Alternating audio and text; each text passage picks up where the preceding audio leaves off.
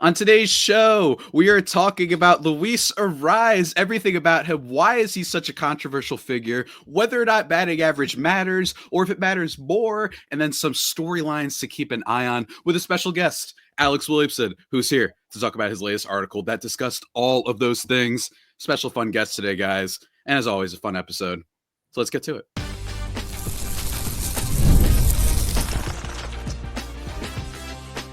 You are Locked On Padres, your daily San Diego Padres podcast. Part of the Locked On Podcast Network, your team every day. Greetings, ladies and gentlemen, and welcome to another edition of Locked On Padres podcast, which is part of the Locked On Podcast Network, your team every day for Wednesday, February 19th. As always, I'm your host with sometimes occasionally, but certainly not always the most, Javier Reyes. You can follow my other baseball-related work over at Just Baseball, as well as the newsletter where I keep everybody up to date, hopefully, on the latest transactions, including Yuli Gurriel going to the Padres. Very random and possibly even controversial. We'll talk about that on another show. But you can also follow me on Twitter /X and Blue Sky at Javipeno, JAVIIPENO. And today's episode is going to be a fun one, guys. But it's not just fun because we're talking about Luis Arraez. Dare I say, one of the more fun players to talk about in the sport for a variety of reasons that we'll be getting into. But I am being joined by new friend and listener, apparently, of the show, Alex Williamson, a super duper baseball fan from the UK who covers a bunch of baseball and analytics and whatnot. Alex, how are you doing, man? Thank you. I'm very good. Thank you. Yeah, I'm a big fan of the show. I did admit that one just before. So I'm fanboying a little bit, I'll admit. I mean, that's like crazy. I mean, I told Alex before we started recording, it's weird when anyone tells me they listen to the show. Like, don't get me wrong. Like, I see the numbers. I see 100 views here, whatever it is, likes on tweets, replies to tweets. But it's always very odd when someone's like, hey, man, I listen. And I'm like, that's weird. Shout out to my guy, Josh, who might be listening as well, who I literally met at a Nationals game, which was really wild. I didn't even tell anybody I was going to a Nationals game. So shouts to you, man. But for today's episode, Alex, we are going to be talking to the good folks about your article, which everybody could go check out at batflipsandnerds.com. Good friends, basically, for those who aren't familiar, the UK conglomerate. Baseball's worldwide, and they do a bunch of really good content over there. So go check it out. I will link Alex's article in the description, which is about Luis Arraez, and specifically what he's so good at, which is batting average. And I think that what we've seen over the past few years is there's a big debate, not just around Luis Arraez, but batting average in general. And you wrote about that, Luis Arraez and the art of batting average. Again, link will be in the description. But Alex, can you just talk a little bit about I guess why you went about this? What inspired you to write exactly this article? Yeah. So I think it's towards the end of the season in particular, he was getting a lot of stick from some of the bigger analytics content creators on X, Twitter, whatever you want to call it. And I felt like it was somewhat unjustified. Especially, I think people were failing to mention that he had a particularly injury-ridden season as well. And so I really wanted to kind of dig down and see what value that he had no slug, no walk all year. And it was just all batting average. But I wanted to kind of see what value basically simply just hitting singles can make. And from this, what do you think? I guess we should get into it kind of like this has been a debate for a while, right? And I think that that's really important. This isn't just someone who, this isn't just an isolated incident. This isn't just a question of, let's find out what player is good and whatnot. We have seen throughout baseball culture, and especially as you mentioned and alluded to, just kind of whether it be Twitter /X or whether it be MLB Network or whether it be ESPN, a lot of just conflict when it comes to batting average. What is kind of your perspective on this? Not just in terms of what conclusion you end up coming to, but also what were you thinking heading into it? And did you find out anything in particular that might have changed or not changed your mind? So I think it's important to state that using purely batting average as a way of analysing a player is very flawed. There's a lot of guys who kind of will just say, oh, this guy's an elite player because it's 300. It's not quite that simple. I kind of was looking at a lot of correlations, so looking at the relationships between batting stats and winning games of baseball. And ultimately, batting average came out quite low, even isolated power, slugging, stats like that all actually had better relationships with winning games of baseball than batting average did. However, what batting average provides is a base to player outcome. So, for example, so if someone like Arraez is to hit 310, and let's be honest, if he hits 310 in the injury-ridden season he had, he's probably going to always hit 310. Is you can hit 310, and there's not been a season in history. I found out he had the third lowest WOBA or WRC plus. Ultimately, the stats that are used are deemed the best stats by a lot of these analysts. If you hit 310, you're very unlikely to be below league average in terms of offensive output. So regardless of what else he can provide, just by hitting 310, he instantly is an above average player, which I think a lot of people perhaps fail to even recognize him as that at times. Absolutely. And I think that one thing that you get into, you first start, correlation to win percentage. There's a couple graphs on the article as well. Just, it reminded me like vaguely, I just started thinking of like the scene with Peter Brand, Jonah Hill's character in Moneyball, when he's just like, in order to win games, you have to win runs. And in order to win runs, you need to. So that's kind of what it boils down to. And I think that that's how people need to look at it, is scoring runs. The objective of baseball isn't, because you hit a base hit, as everybody likes shouting, right? But I think what's so interesting about this is that there's so many other ways, because batting average, it does matter. It's just that I think one of the immediate things for casual fans, batting average will not track whether or not it was a little bit lucky that a hit went through. It will not track the ballpark factor. And most importantly, dare I say, for the most casual fans, if you hit a triple, that is counted the same way towards your average as a single, right? So I think that is fundamentally why we run into this issue where you'll have a bunch of old heads being like, well, he hits 340. And it's like, agreed, but what part of that is real? What part of that isn't real? And I think that everybody always talks about, say, Coors Field, right? Coors Field is a place that we've seen, Trevor Story is a great example of a player that is a good player, really good glove, but there's been years when this has been a 294 hitter with a 554 slugging, only a 122 WRC plus, 289, only 117. That just shows you he is a good batter, but this is not, Aaron Judge. This is not a guy who's going out there, and it would not matter where they hit, right? So it puts together a better picture. But I also like that this article is not slandering Luis Arraez, which is what I think a lot of people, myself included, by the way, I was looking into this. I was like, here we go. We're going to get some Luis Arraez slander. It'll probably be justified, but that's not what happened exactly, Alex. And why do you think that is? As in terms of why do you think he gets a lot of slander? Why is it? What is the outcome? Why is it that? Because in the end of the article, you're basically like, look, this is a good player. You know what I mean? What is it that you think gave you that conclusion in the micro? I think that, especially as a Giants fan, we've struggled offensively at times over the last couple of years.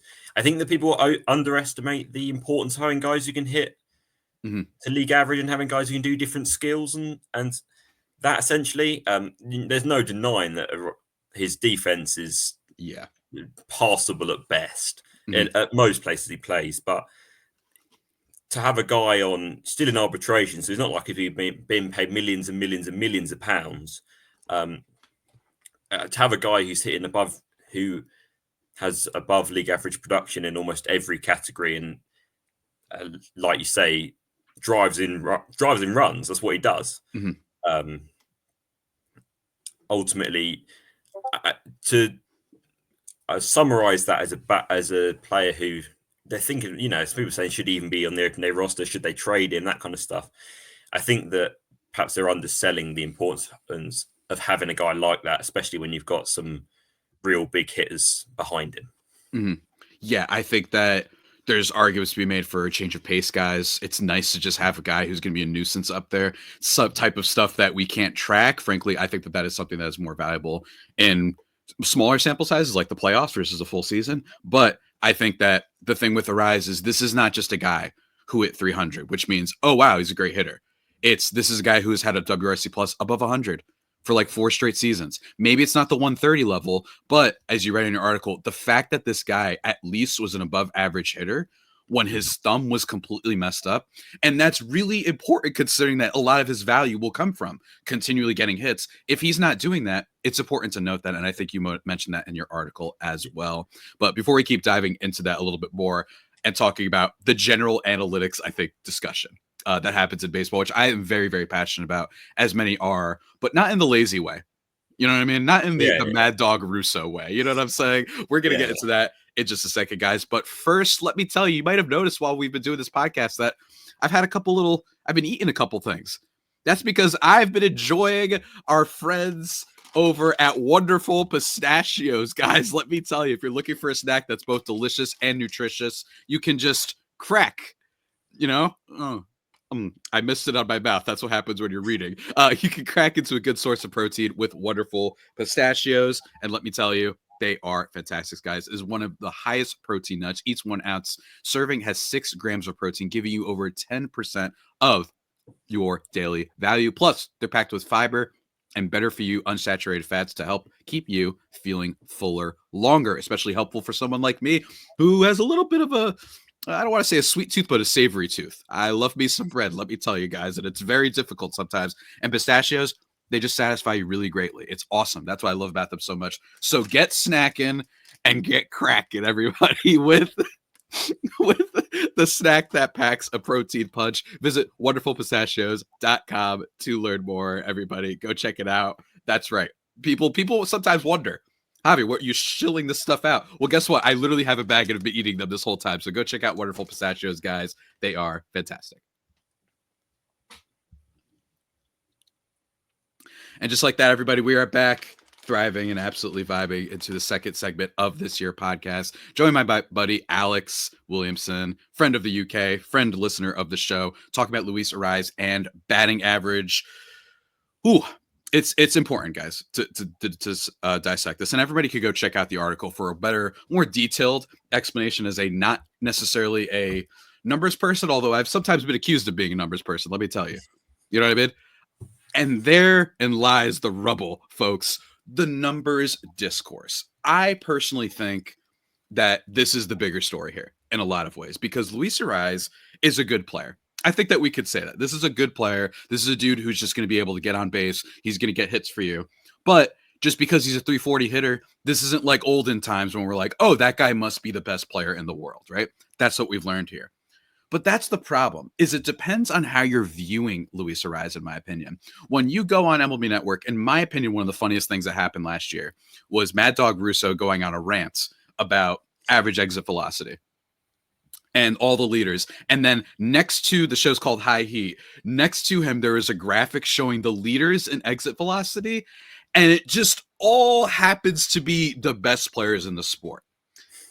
But at the same time, I do understand why people get home from work. You know what I mean? I was typing all day. I had to listen to my boss be annoying. And then I have to hear what feels like homework when I'm watching sports. Alex, what is kind of your take on analytics, which I know and I understand is a little bit of a buzzword, but just the analytics discourse in baseball, not just with Arraez, but in general?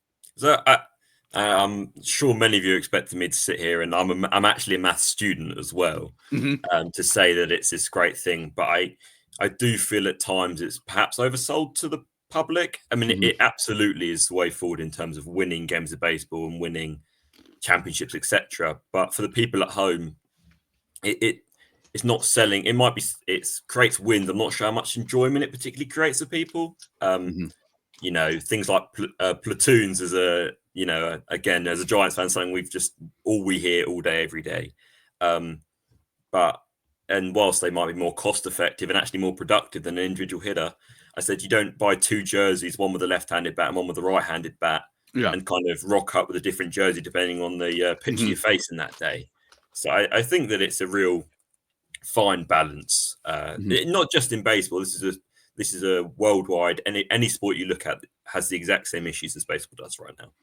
Yeah, absolutely. And I think that I'm going to get into my opinion about baseball in a second, but I really do think it's a product of what you talk about. When people and the baseball community get upset about Luis Arraez and they call him overrated, that is the product of when you have someone who's 70 years old, in my opinion, talk about how everybody wants to hit home runs and here's Luis Arraez always hitting 300. It's like, well, actually, that's good. And actually striking out is not the be all and end all when you're putting the ball over the fence every 12 at bats, right? Yeah, that's great.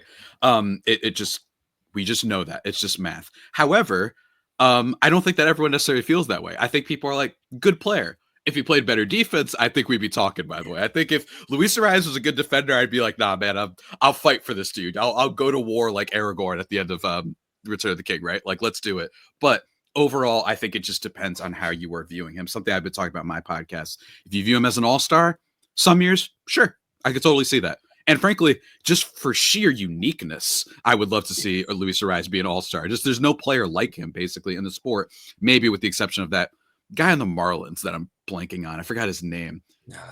Xavier Edwards. Xavier Edwards. Thank you. Yes. Xavier Edwards. So with those exceptions, but I do think there is an issue. I'm going to ask you this. I feel like we are in this situation where has it made baseball less fun that sometimes in order to get into it, we don't have debates. And what I mean by that is we talk about the NBA. People are like, nah, man, Jordan, he would have done it with Pippen and he could hit all these type of shots, or no, LeBron could do this. With baseball, I have found personally, when you get into that bar room discussion, that someone just goes, well, pull up his FanGraphs. Mm-hmm. I think that's one difference with baseball. What do you think? Yeah, it definitely is. And I think if you're talking about whether that makes it more fun for debates or not, for me, if I'm debating, I want the numbers to debate with. That's something because that's something I'm very passionate about, is numbers and how they can be used, as much as I feel like they are over-egged to the public. It is very much the way that you enjoy these kind of things. You know, there's still plenty of debates in baseball that are not sold that way. Barry Bonds is a great example of someone who analytics simply don't apply to a guy like Bonds. In a lot of respects, because with all the issues, there's no point going into all the issues, but yeah, he was great before the issues, he was great after the issues, and the debates aren't so much about whether he was any good. The debates are about the morals, things like happening with Las Vegas, Sacramento. There's still plenty of baseball that isn't numbers based. It just unfortunately is one of those sports. Anywhere where it's stop-start sports will always have issues where numbers kind of are a much bigger part of the game because they're simply more accessible. Yeah, I agree 100%. I think that's the problem sometimes, is that when people are debating, they go up and they look wins above replacement. Yeah. But I do think that there is, the deeper you dig, you'll find, well, that wasn't a great total. I think that Xander Bogaerts, for Padres fans, is a good example of a player that I'm like, was he 4.5 wins? I don't know, guys. I watched him that year, and it felt like every time we actually need to win, he wasn't doing anything. I know he got on base and whatnot. Does it tell you his skills as a player are there? Yes. Does it tell me he had a great season? I don't know. So sometimes WAR should not be taken entirely just in a vacuum, right? There are other extenuating circumstances that are important.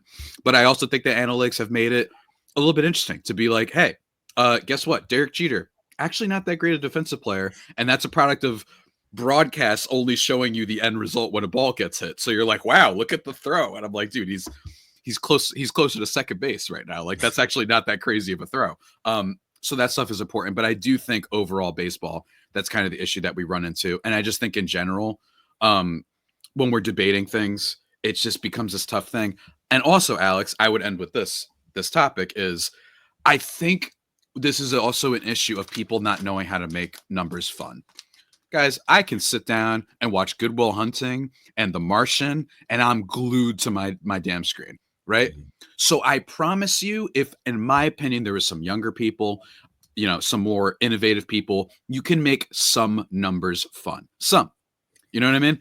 Yeah, I also agree with Blake Snell when he's talking, during a game, should they be showing WRC Plus when you're at a game?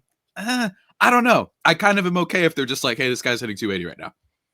He's been getting ace on base. That's how many times he's been hitting the ball. I think that's cool, and I think that's totally fine. But when we're really debating baseball, I think it would behoove baseball to have some better commentators, some people who know how to ingrain more stats, some more pop culture in there even. And I do think that they're around the league, but as a result, that's why we keep getting into these debates where everybody's like, I don't know. Who's the guy? How was Anthony Santander better when he hit 220 last year than Luis Arraez? I think that is the product of just the media sphere that we're in right now. But Alex, I don't know about you.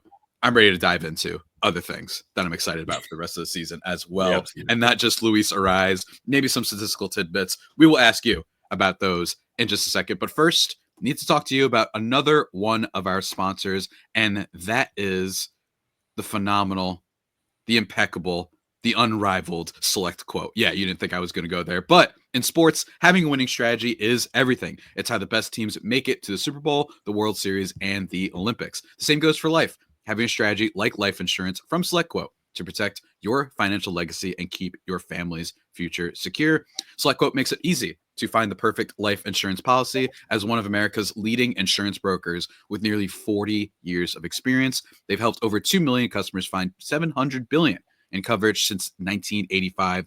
What sets SelectQuote apart is their personal touch. Unlike other brokers that offer one-size-fits-all policies, their licensed agents tailor coverage to fit your unique needs. If you're in good health, you might even qualify for same-day coverage, up to $5 million, no medical exam required. And it's more affordable than you'd think. You can get up to $1 million in coverage for as little as $20 a month. So get the right life insurance for you for less at SelectQuote.com/lockedon. Go to SelectQuote.com/lockedon today to get started. Again, that's SelectQuote.com/lockedon. SelectQuote, you haven't heard it enough times, but let me tell you, SelectQuote, they shop and you save. And just like that, everybody, we are back. Final segment here on today's very fun episode with my guy, Alex Williamson. He is doing great over in the UK. I am doing somewhat great over here in the States. Let's talk about the rest of the storylines we're excited about for this season. Namely, I was going to ask you about this. What are some storylines, whether it be National League, whether it be even across all of baseball, that you are keeping an eye on heading into the 2025 season? So it's particularly in the NL West, I think that it's time to talk about some good defense. Because I think there's some really exceptional defensive players who perhaps are the opposite of someone like Arraez and really are making their money and are eventually going to make their money off of good defense. Obviously, from my Giants, there's Patrick Bailey, who had, and I think it was an 82 WRC plus, so it was nearly 20% below league average, and still had over 4 WAR. So he really was one of the better catchers in baseball, defensively in particular. On the Rockies, there's both young guys, Tovar and Doyle at shortstop and center field. Again, guys who were, if I'm right in saying, both below league average, but accumulated pretty good numbers in terms of value defensively, obviously playing the two of the more important positions defensively. But I think with guys like that, it's always really exciting because all it takes is one of them to have a real breakout year offensively, be 20% above league average, and then all of a sudden you're looking at as an all-star, really. Like not just an all-star. Some of these guys are probably going to be all-stars anyway, but like a real top 10 in the National League if one of them manages to put some offense together. Absolutely. To start with Patrick Bailey, he's a great example of analytics and whatnot. This is, bar none, the best defensive catcher in all of baseball. I know he doesn't hit super well, but I will say some of the metrics do suggest he's got a decent hard hit rate. Right? He does hit the ball pretty well. He gets your barrel every now and then. He is okay at walking. I do think that there's a world in which Patrick Bailey could be one of the 2 or 3 best catchers, and honestly, just best catcher in baseball combined with the defense. Coincidence? We want to talk about narratives. Buster Posey, he's now running the Giants. Would it not be poetically kind of crazy if he puts up a 6-win season because he just hits 15 home runs, 103 WRC plus with the great defense? I could see it. I could see it happening. And I'm glad you brought up the Rockies because the Rockies, I think, get slandered a lot. Justifiably so. Did that on yesterday's episode, basically, but in a fun way. Loving slander. We love the Rockies slander. Now, Angels is bad slander. They're bad. We don't like them. But when it comes to the Rockies, I'm with you. I think Ezequiel Tovar was one of those quiet players last year who flashed a lot of potential. He still put up 3.7 wins above replacement, so I do think he's a good player. And I'm excited for Rockies fans. At such a young age, at 23, it looks like there's at least some hope. Brenton Doyle being the other one. I don't know what's going to happen with Nolan Jones. That guy was the ultimate, that guy made everyone pay. But everyone who wanted to believe it had paid. This is a dude who had a 137 WRC plus in 2023 with 20 home runs in just 100 games, and then he had 70 this past year. He did not walk nearly as much, did not hit home runs. He was a mess. That's just plain and simple. Is there a bounce back there? Remains to be seen. And again, I feel like this episode, this is why I like using WRC plus. I actually think I know I'm going backwards, but I wish that they just called it something different. I think that would be really helpful. I'm with Blake Snell when he was like, wait, but why is it plus? Like, one of the funnier insights I've ever heard from any player. If you changed it, I think people would like it a little bit more. You know what I'm saying? Like, 100%. call it hitting value. I don't know, but if you did that, I think we'd be somewhere. But anyway, I agree, man. I think statistically that should be a really interesting thing to look out for. I'm all in on the D-backs. I don't understand. Yes. Shout out to FanDuel, sponsor of this show. 85.5 wins. I just don't understand how that's your over-under. All they've done is add. They added Corbin Burns. They won 89 games last year. They won the World Series the year before that. And their entire rotation hasn't been bombarded by injuries. Yet, at least, right? So we'll see what happens there. Are there any other type of storylines that you're keeping an eye out for the rest of baseball? I think the Diamondbacks are very interesting as well, because, of course, you've got Corbin Carroll, who was not very good last year. And statistically, he is, and on the field, he's a great example of someone who is both statistically and eye test great.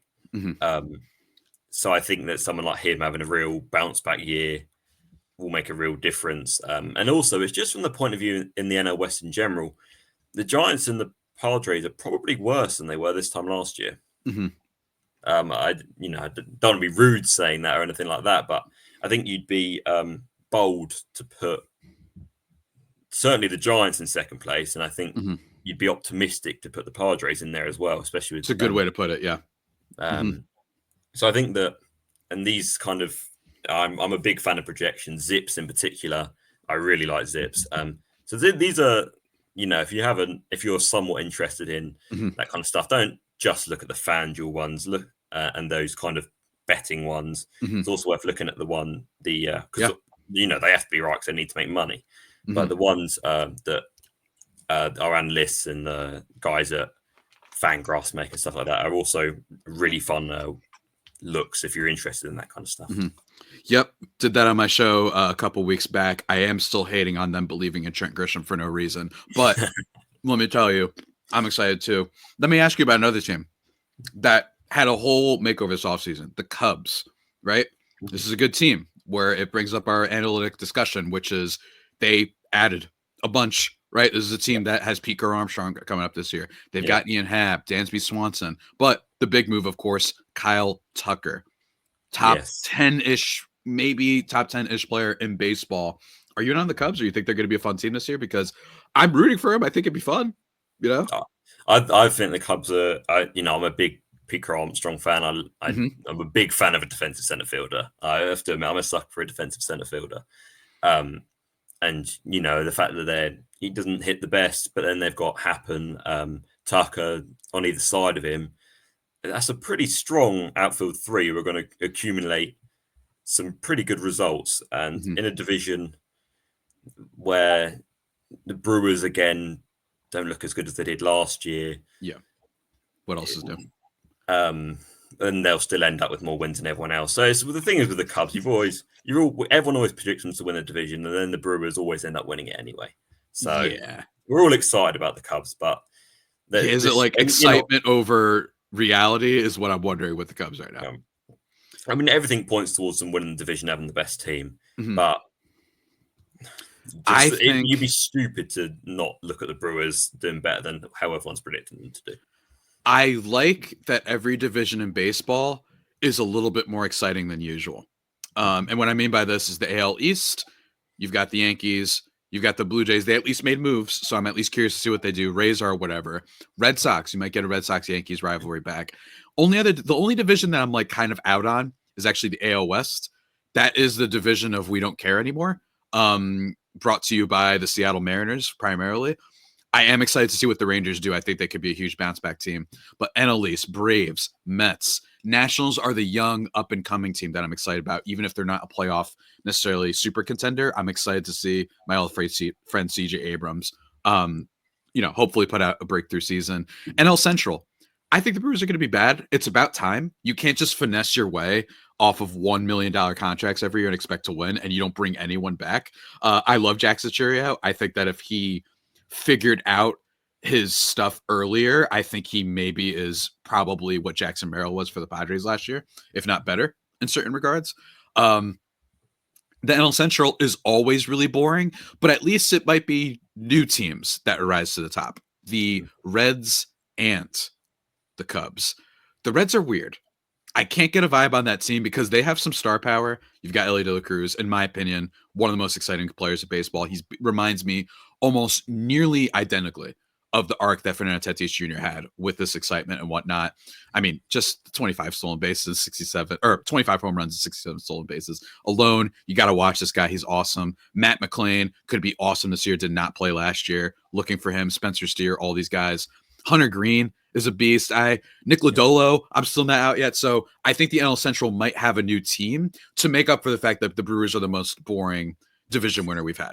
And then AL Central, yeah, I know the Guardians won, but Royals, they try. Tigers, they're trying. And then the Twins exist and do things. And Carlos Correa, maybe he's going to be great again, right? So at least I feel like there's some competition there in both Central divisions. So I'm really excited about that. But Alex, do you have any final things you're looking out for and any final things you'd like to tell the good people of Locked On Padres Nation, I guess? I mean, it's ultimately, I just look forward to end of September when the Brewers win the division again and we kind of look back at this and say how stupid we are.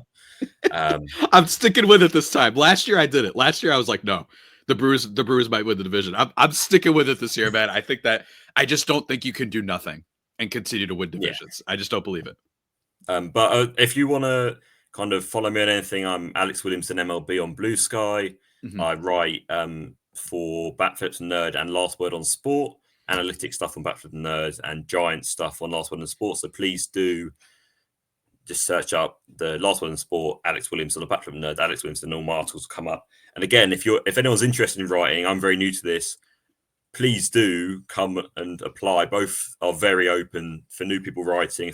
I know the Last Word on Sport don't have a set Padres guy, so if anyone is interested and writes in their spare time, I would, and we all would be very interested in seeing someone write Padres stuff. So, absolutely go to that, my Friar Faithful folks. I am a Just Baseball lad, so I cannot apply, and Just Baseball is not necessarily hiring right now. So go check out Bat Flips and Nerds, and maybe if you write something cool, I'll invite you on the show, just like I did Alex. Why not? Maybe that's an incentive. Maybe. I don't know. Maybe people are like, no, that's why I'm not going to write. But feel free, guys, to go check that out. And again, thank you for listening to today's episode of Locked On Padres, the only pod that may be better than the Padres themselves. And subscribe wherever you get your podcasts from. Check us out. We're going to be on a bunch of different platforms now, too. Some different streaming platforms, different CBS platforms, all that sort of stuff. So look at that. And, of course, follow me on Twitter and X and Blue Sky. Well, /X, I should say, at Javapeno, JAVIIPENO. Tomorrow's episode is going to be, I forgot what I'm talking about in tomorrow's episode, frankly. But it'll be cool. It'll be cool. Oh, is the Padres championship window closed? We're also going to be talking a little bit about best moments of the last 5 years. That should be a lot of fun for a fun Friday.